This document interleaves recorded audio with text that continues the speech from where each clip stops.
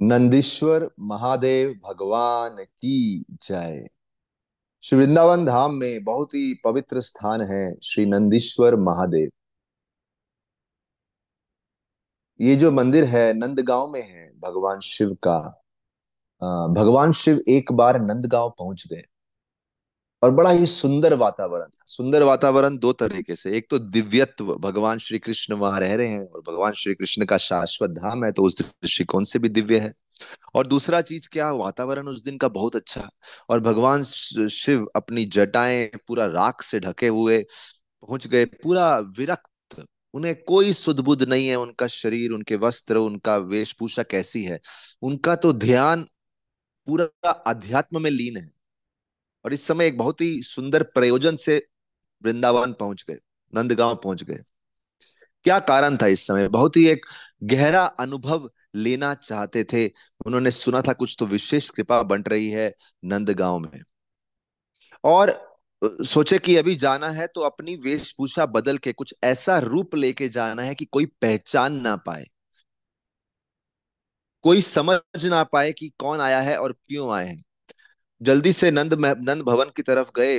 वृंदावन में नंद भवन, और नंद भवन में जाके जब नंद भवन के द्वार पे गए तो उस द्वार पे देखिए, वैसे ही विरक्त हैं और वैरागी हैं। बड़ी अद्भुत बात है कि भगवान शिव के पास सभी लोग भौतिक ऐश्वर्य के लिए जाते हैं, लेकिन भगवान शिव स्वयं सभी ऐश्वर्य त्याग के एक वैरागी के रूप में भ्रमण करते हैं। उन्हें कोई लेना देना नहीं इस भौतिक जगत के सुख के लिए, क्योंकि उनके लिए आध्यात्मिक आनंद जो है इतना महत्वपूर्ण है कि इस जगत में क्या चल रहा है उसकी कोई सुध-बुध नहीं रहती उनको। सुध-बुध रहती है, भगवान है, बट कहने का मतलब उससे उदासीन रहते हैं। वो जैसे जैसे नंदगांव की तरफ बढ़ रहे थे, नंद भवन की तरफ बढ़ रहे थे, उनके हृदय की धड़कन बढ़ गई। क्यों? एक एक्साइटमेंट था, एक आनंद था। गदगद हुए जा रहे थे, उनको समझ में नहीं आ रहा था बोलूं कैसे।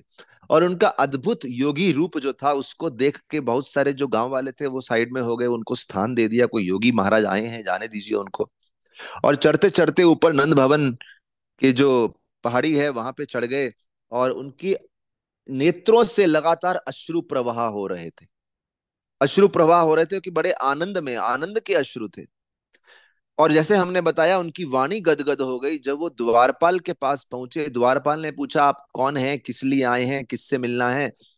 वो तो कुछ बोल ही नहीं पाए। और जब कुछ नहीं बोल पाए, कुछ समय बाद अभी उनको द्वारपाल से बात करना है, लेकिन उससे भी जल्दी है, जल्दी से मुझे अंदर कृष्ण के दर्शन करने हैं। तो अपना डमरू जोर से बजाने लगे, और डमरू से इतनी जोर से आवाज आई, द्वारपाल को तो समझा ही नहीं पा रहे हम कौन है, कहां से आए हैं, क्यों आए हैं। लेकिन वो डमरू की आवाज अंदर महल के भीतर जहां माता यशोदा थी वहां तक पहुंच गई। बड़ी स्ट्रेंज, उन्होंने यशोदा माता बाहर आई, ये कौन है, इनका डमरू बड़ा अद्भुत, बहुत ही जोर से आवाज आ रही है। और उन्होंने देखा जो सिपाही हैं, जो द्वारपाल बोल सकते हैं, द्वारपालों ने जब योगी को रोक दिया तो यशोदा माई खुद बाहर आई देखने के लिए कौन आए हैं। और यशोदा माई के आते ही भगवान शिव मुस्कुराए और उनको बोल दिए कि मैं तो यहाँ पे आया हूं आपके, क्योंकि माता ने पूछा कि आपको क्या चाहिए, आप क्यों आए हैं? उन्होंने बोला, मैं यहाँ पे आया हूं आपके पुत्र से मिलने, बहुत इच्छा है पुत्र से मिलने की, जल्दी से दर्शन दे दीजिए। और जैसे ही उन्होंने बोला, माँ यशोदा घबरा गई, कुछ भी मांगो लेकिन पुत्र को मत मांगो, आप पुत्र के दर्शन लेने हैं, अरे अपना होलिया तो देखो। यशोदा ने बोला नहीं, लेकिन मन ही मन सोचा। पूरा शरीर राख से ढका है और बड़ी बड़ी जटाएं हैं, और गले में जहरीले सर्प हैं, और शरीर में अनेक बिच्छू लगे हुए हैं, पड़े हैं उनके शरीर पे। और इस प्रकार से बहुत ही भयानक सा रूप यशोदा माँ को लग रहा था। एक बालक के लिए बड़ा ही डरावना रूप हो सकता है। सोची मेरा बच्चा तो डर जाएगा ये देख के, कैसे मैं सोच भी नहीं सकती अपने बालक को इनके नजदीक भी लाने को। उन्होंने मना कर दिया और भाग गई, और भागते हुए अपने घर का दरवाजा बंद कर दिया। लेकिन शिव जी थोड़ी ना सुनने वाले थे। शिव जी तो वहां बैठ गए और पुकारते रहे, पुकारते रहे, कृपया मुझे दर्शन दे दो, मुझे दर्शन दे दो, मुझे दर्शन दे दो। एक समय पे भगवान शिव की चीख पुकार इतनी हो गई कि माता यशोदा अपने कान बंद किए, नहीं सुनना मुझे ये पुकार, कि माता यशोदा करुणा भाव है, वो मना भी नहीं कर सकती अगर कोई याचना कर रहा है, लेकिन उनके पुत्र पे संकट आए वो भी नहीं देख सकती। तो मना करना है लेकिन मना नहीं कर पा रही हैं, और पुत्र की चिंता हुई जा रही है। शिवजी ने बाहर से घोषणा कर दी, जब तक मुझे दर्शन नहीं मिलेंगे मैं तो यहीं बैठा रहूंगा। पूरा दिन वहीं बैठे रहे, जब तक कृष्ण ने, एक्चुअली काफी घंटे बीत गए, बिल्कुल शांति थी। पहले तो डमरू बजा रहे थे, बाद में शांत हो गए, उनके बोलने की आवाज नहीं आई। काफी समय बाद माँ यशोदा को लगा कि मैंने एक अतिथि के साथ अच्छा व्यवहार नहीं किया, मुझे थोड़ा ध्यान से व्यवहार करना चाहिए था। लेकिन मैं क्या करूं, मेरे पुत्र की रक्षा भी तो करनी थी। वो थोड़ा खिड़की से झांक के देखी कि क्या वो योगी अभी भी वही है, तो उन्होंने देखा योगी बिल्कुल पद्मासन में सीधा, बिल्कुल उनकी पीठ बिल्कुल सीधी और आंखें बंद, और चेहरे पे हल्की सी मुस्कान थी, मानो ध्यान में एक आनंद ले रहे हो। और देखी वो तो वहीं बैठे हैं। यशोदा अपने द्वार से बाहर आई, योगी के पास गई, और उनके पास जो मटका क्या बोलते हैं, उनका कमंडलू था, उसमें थोड़ा सा भोजन डाल दिया। क्योंकि माता यशोदा को मालूम था ये सब योगी तपस्वी करते हैं, भ्रमण करते हैं, भूख लगी होगी, अक्सर भोजन नहीं मिलता टाइम पे। जैसे ही उन्होंने भोजन डाला, भगवान शिव ने अपनी आंखें खोली और मुस्कुराए, लेकिन उनकी मुस्कान में दर्द भी था कि भगवान के दर्शन नहीं मिल रहे, कृष्ण के दर्शन नहीं मिल रहे। लेकिन माता यशोदा भी बिल्कुल थोड़ा भी विचलित नहीं होने वाली। तो जहां भगवान शिव की आंखों में ऐसी याचना थी कि एक बार मुस्कुरा रहे हैं लेकिन आंखों में दर्द भी है, याचना है, लेकिन माता यशोदा तो अड़ गई कि नहीं, कुछ भी मांगो, आप भोजन दे दिया आपको, अब यहां से चले जाओ। शिव जी बहुत निराश हो गए। नंद भवन से थोड़ा सा दूर एक स्थान है, आशेष वन नाम पड़ा उसका। देखिए, एक वन में आके बैठ गए, एक वृक्ष के नीचे। जब वृक्ष के नीचे आके बैठ गए, वहां नेत्रों से लगातार अश्रु प्रवाह हो रहे हैं, और भगवान शिव बार बार क्रंदन कर रहे हैं कि मुझे एक बार श्री कृष्ण के दर्शन करने हैं। बहुत ही दुखी अनुभव कर रहे थे और आशा लेके बैठे थे कि यहां पे ध्यान लगाऊंगा शायद दर्शन मिल जाए। बड़ी आशा लेके बैठे, इसलिए वन है आशेश्वर वन। यहाँ पे जो महादेव बैठे, आशेश्वर महादेव, एक दर्शन मिल जाए तो आगे चल के ये जो स्थान है, यहाँ पे जो महादेव की पूजा होती है, उन्हें आशेश्वर महादेव बोलते हैं। अभी इतना सब हो गया, माता यशोदा ने तो भगवान शिव जो कि योगी के रूप में आए थे उनको तो भेज दिया, लेकिन बाद में कृष्ण ने रोना शुरू किया, और इतना रोना शुरू किया, इतना रोना शुरू किया, माता यशोदा ने बहुत कोशिश किया भगवान श्री कृष्ण बाल गोपाल को शांत करने का, लेकिन बाल गोपाल शांत नहीं हुए। जितनी भी वृद्ध गोपियां थी वो सब आ गई सहायता करने के लिए। उनको बहुत एक्सपीरियंस था बच्चों को कैसे हैंडल करना है, उन्होंने भी ट्राई किया, लेकिन कोई भी कृष्ण को शांत नहीं कर पाया। पूरा नंद भवन चिंता में घूम रहा था। तभी एक वृद्ध गोपी वहां पे आई और बोलती हैं माता यशोदा को, लगता है किसी ने कोई तो बुरी नजर लगा दी है, किसी की, एक तरह जैसे बोलते हैं ना बच्चे को, किसी की हाय लग गई है, किसी की नजर लग गई है, कोई नेगेटिव शक्ति का प्रभाव हो गया है। बताओ सुबह से कौन कौन आया था। माता यशोदा ने बोला, बहुत लोग आए थे, अभिनंद आए थे, सुनंद आए थे, वृषभानु महाराज आए थे, लेकिन ये तो परिवार के लोग हैं, इनकी नजर तो नहीं लग सकती, ये क्यों नजर लगाएंगे, रुको मैं सोचती हूँ। माँ यशोदा सोचने लगी। सोचते सोचते ध्यान आया, अरे हाँ, एक योगी आया था, सांप बिच्छू जटाएं राख, बड़ा ही डरावना रूप था। वृद्ध गोपी बोली, हाँ वही है, उसके प्रति कोई अपराध हुआ तुम्हारा, इसलिए उसकी कुछ तो उसकी नजर लगी है, कुछ तो उसने कुछ जादू किया है जिससे ये बच्चा रो रहा है। कहाँ है वो योगी, तुम्हें मालूम है।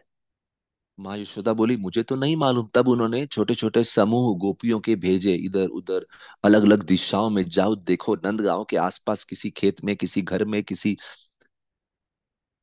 किसी वन में वो बैठा तो नहीं है योगी। और तब ये जब वो गोपियां गई, वो देखी शिव, ये जो योगी हैं एक पेड़ के नीचे बैठ के साधना कर रहे हैं, ध्यान लगाए हैं। उनको जाके बोला, माँ यशोदा बुला रही हैं। अरे शिव जी तो मुस्कुराए, खुश हो गए, और मन में सोचे, हाँ कृपा मिल रही है लगता है। बड़े ही आनंद से भागते हुए, उछलते हुए वापिस उसी स्थान पे आ गए जहां पे उनको मना किया गया था अंदर आने के लिए। माँ यशोदा बड़े गुस्से में खड़ी थी। बोली, क्या किया है तुमने मेरे बालक के साथ, तुमने कौन सी शक्ति डाली है मेरी बालक के ऊपर, जब से तुम गए हो रो रहा है मेरा बालक। शिव जी सामने आए, और जैसे ही उन्हें श्री कृष्ण के दर्शन मिले, श्री कृष्ण अपनी पालकी में छोटे से बालक और अपने छोटे नन्हे नन्हे पांव पकड़ के बैठे हैं और रो रहे थे। और कृष्ण को देखते ही भगवान शिव के नेत्रों में ऐसे अश्रु आने लगे, और उन्होंने कभी ऐसा सौंदर्य नहीं देखा था। देखिए, हमारी सभी इंद्रियों के लिए कुछ पोषण होता है। जीभ को स्वादिष्ट भोजन पसंद है, नेत्रों को सौंदर्य पसंद है, लेकिन इस जगत का कोई भी सौंदर्य नेत्रों को पूरी तरह से संतुष्ट नहीं कर सकता। जब भगवान शिव ने कृष्ण के बाल गोपाल के सौंदर्य को देखा, बोले पूरी सृष्टि में ऐसा सौंदर्य नहीं, पूरे आनंद के स्वरूप हैं। माँ यशोदा इस समय शिव जी से गिड़गिड़ा के मांगने लगी, इसको ठीक, मेरे बालक को ठीक कर दो, ठीक कर दो, ताकि वो रोना शुरू करे। अब शिव जी के पास परिस्थिति का पूरा कंट्रोल था, जो चाहे मांग सकते हैं। शिव जी ने बालक को रोते हुए देखा और बोलते हैं एक तरीका है। गोपियां बोली क्या क्या, बोलो बोलो क्या तरीका है। वो तो वैसे ही बहुत उत्सुक थी जानने के लिए क्या तरीका है। शिव जी बोले, जैसे ही ये बालक के चरण मेरे सर पे स्पर्श करेंगे, ये बच्चा रोना बंद कर देगा। माँ यशोदा घबरा गई, अरे ना ना ना, तुम्हारे शरीर पे सांप है, बिच्छू है, मेरे बालक को किसी ने डस लिया तो। लेकिन सबने बोला अभी कोई चारा नहीं है। सबने बोला चिंता मत करो, रुको, जो करता है करने दो, यही तरीका है। और इस प्रकार से शिव जी आगे गए, झुके, प्रणाम किया, और बालक के चरण अपने सर पे लगा लिए और अपनी आंखें बंद कर लिया, मानो वो आशीर्वाद पूरा, वो कृपा को अपने अंदर समा रहे हैं।